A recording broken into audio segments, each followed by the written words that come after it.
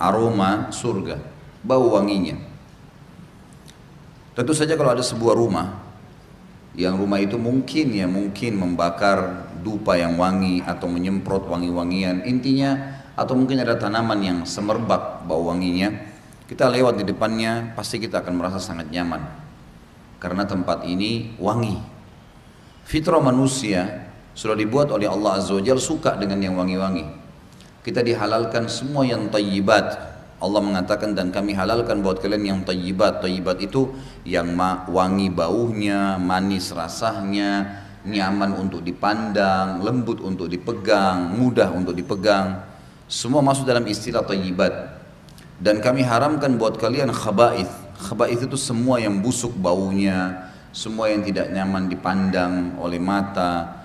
Ini masuk semua tidak nyaman untuk dijama dan hal-hal yang serupa dengan itu. Intinya buruk. Maka Allah Azza wa Jalla mengharamkan semua itu. Sesuatu yang baik dicintai oleh Allah karena Allah Subhanahu wa taala sudah menyebutkan melalui lisan Nabi Muhammad sallallahu alaihi wasallam, "Innallaha jamilun yuhibbul jamal." Allah itu indah dan suka dengan keindahan.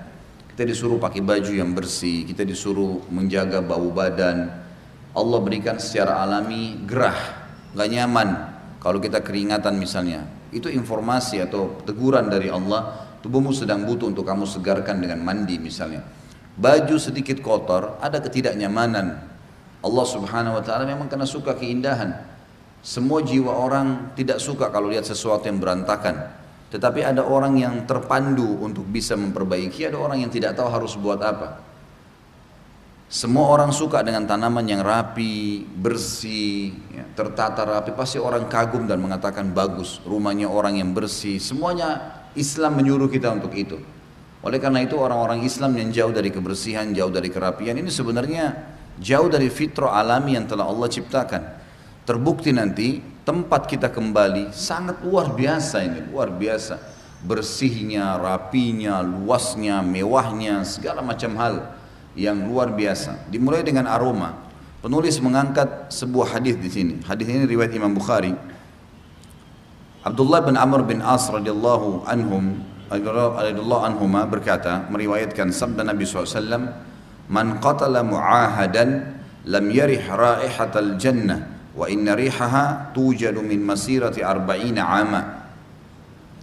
Barang siapa yang membunuh seseorang yang berada dalam perjanjian, maksudnya orang kafir. Orang kafir yang di bawah naungan pemerintah Islam atau orang kafir yang sedang ada perdamaian dengan kaum muslimin.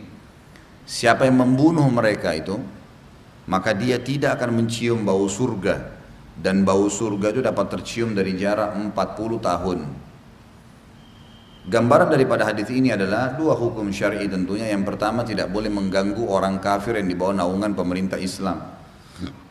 Ini sudah sering saya ulangi, tidak boleh dalam Islam kita mengganggu tetangga non muslim tanpa sesuatu yang dia lakukan.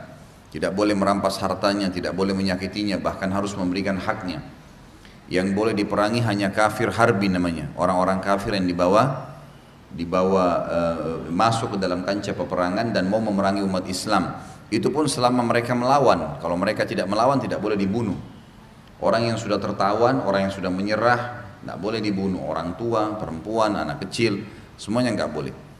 Di dalam Islam, saking tegasnya kita untuk menjaga kemakmuran manusia, tidak boleh seorang muslim mengganggu hanya karena kekafiran seseorang. Kecuali kalau dia membuat kerusakan di muka bumi atau menghina agama Allah Islam. Siapa yang membunuh mu'ahid, hukum syar'inya tidak akan masuk surga. Artinya, dia akan dimasukkan ke neraka dulu, baru kemudian masuk ke dalam surga. Dan di sini digambarkan aroma surga itu hukum yang kedua. Surga itu sudah ada dan aromanya tercium dari jarak 40 tahun. Tentu jarak 40 tahun ini sangat luar biasa. Jarak yang sangat jauh dan ini menandakan surga itu memiliki bau yang wangi.